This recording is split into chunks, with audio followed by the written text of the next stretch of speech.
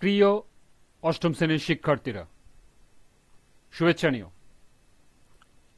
আজকে আমি তোমাদের 2025 সালের বাংলাদেশ ও বিশ্ব পরিচয় বিষয়ের নতুন বই থেকে অষ্টম অধ্যায়ের সৃজনশীল প্রশ্ন 1-এর সমাধান করে দেব। প্রথমে তোমাদের বলবো, যারা আমার চ্যানেলটি সাবস্ক্রাইব করো নাই তারা আমার চ্যানেলটি সাবস্ক্রাইব করবে এবং আমার সাথে থাকবে। তাহলে চলো আমরা ক্লাস শুরু করি। সৃজনশীল প্রশ্ন 1। নিরু পার্বত্য চট্টগ্রামের পাহাড়ি মেয়ে। বাংলাদেশের বাইরে অরুণাচলেও তাদের জনগোষ্ঠীর লোকদের বসবাস রয়েছে। নিরু তার বান্ধবী শুভ্রার সাথে ময়মনসিংহে তাদের গ্রামের বাড়ি বেড়াতে গেল। ফলে সে খুব কাছ থেকে শুভ্রাদের ধর্মীয় আচার আচরণ ও জীবিকা নির্বাহ দেখার সুযোগ পেল। সেখানে শুভ্রা পরিবারের সকল সদস্যরা শুভ্রার মায়ের মতামতকে প্রাধান্য দিচ্ছে দেখে সে ভীষণ অবাক হল। প্রথম প্রশ্ন, মারমাদের গ্রামের প্রধানকে কি বলা হয়? দ্বিতীয় প্রশ্ন, বিভিন্ন সাংস্কৃতিকের মধ্যে কিভাবে সুষম যোগাযোগ স্থাপিত হয়? তৃতীয় প্রশ্ন, নিরুদের সাংস্কৃতিক জীবন ব্যাখ্যা করো। সর্বশেষ প্রশ্ন, নিরু ও শুভ্রাদের সামাজিক জীবনের মধ্যে ভিন্নতা রয়েছে, উক্তিটি বিশ্লেষণ করো। তো চলো এখন আমরা এই 4টি প্রশ্নের সমাধান দেখে নিই। প্রথম প্রশ্ন ছিল, মারমাদের গ্রামের প্রধানকে কি বলা হয়? এর উত্তর হবে, মারমাদের গ্রামের প্রধানকে রওয়াজা বলা হয়। দ্বিতীয় প্রশ্ন ছিল, বিভিন্ন সাংস্কৃতিকের মধ্যে কিভাবে সুষম যোগাযোগ স্থাপিত হয়? প্রতিটি সংস্কৃতির নিজস্ব মূল্যবোধ, আচরণ, রীতিনীতি ও যোগাযোগের ধরন থাকে। এগুলো সম্পর্কে সচেতন হওয়া খুবই জরুরি। শুধু কথা বলার পরিবর্তে অন্য সংস্কৃতির মানুষের কথা মনোযোগ দিয়ে শোনা এবং বোঝার চেষ্টা করা দরকার। অন্য সংস্কৃতির ব্যক্তিদের মত ও আচরণ ভিন্ন হলেও তা ভুল নয়। এমন মনোভাব রাখতে হবে, নিজেকে অন্য ব্যক্তির জায়গায় কল্পনা করে তাদের অবস্থান বুঝতে চেষ্টা করা উচিত।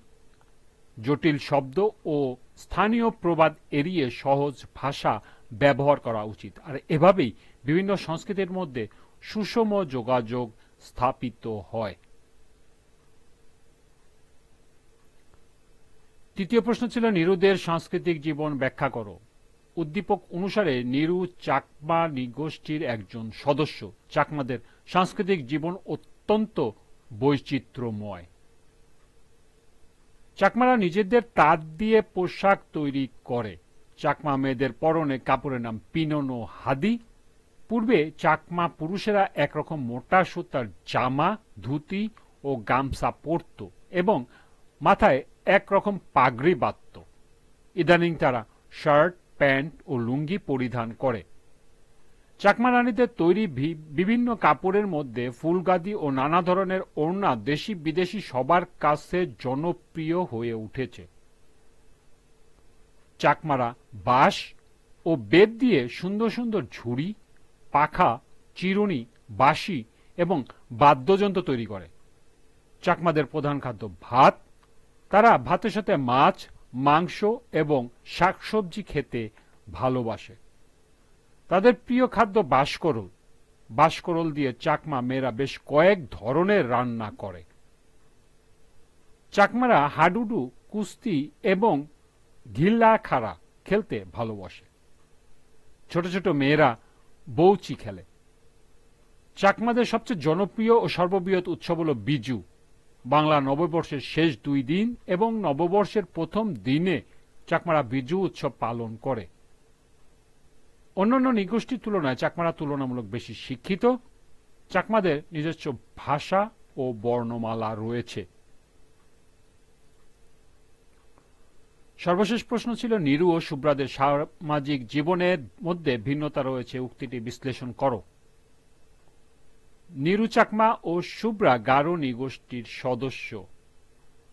এই দুই নৃগোষ্ঠীর সামাজিক জীবনে মৌলিক পার্থক্য বিদ্যমান। চাকমা সমাজ পিতৃতান্ত্রিক। চাকমা সমাজে মূল অংশ পরিবার। কয়েকটি চাকমা পরিবার নিয়ে গঠিত হয় আদম বা পাড়া। পাড়া প্রধানকে বলা হয় কারবারি। কয়েকটি পাড়া নিয়ে গঠিত হয় মৌজা। মৌজার প্রধানকে বলা হয় হেডম্যান। কারবারি ও হেডম্যান মিলে যথাক্রমে পাড়া ও মৌজার শান্তি শৃঙ্খলা রক্ষা করে। কয়েকটি মৌজা মিলে চাকমা সার্কেল গঠিত হয় এবং এর প্রধান হলেন চাকমা রাজা। চাকমা সমাজে রাজার পদটি বংশানুক্রমিক। গারোদের সমাজ মাতৃসূত্রীয়। সন্তানেরা মায়ের উপাধি ধারণ করে। পরিবারের সর্বকনিষ্ঠ কন্যা পরিবারের সম্পত্তির উত্তরাধিকারী লাভ করে। গারো সমাজের মূলে রয়েছে মাহারি বা মাতৃগোত্র পরিচয়। মাতার বংশ ধরেই গারোদের চাচি বা গোত্র বা মাহারি বা মাতৃগোত্র নির্ণয় করা হয়। গারো সমাজ একই মাহারি পুরুষ ও নারীর মধ্যে বিয়ে নিষিদ্ধ। গারো সমাজে বেশ কয়েকটি দল রয়েছে। সুতরাং বলা যায় নিরু ও সুব্রাদের সামরিক জীবনের মধ্যে ভিন্নতা রয়েছে। উদ্দীপকে উক্তিটি যথার্থ।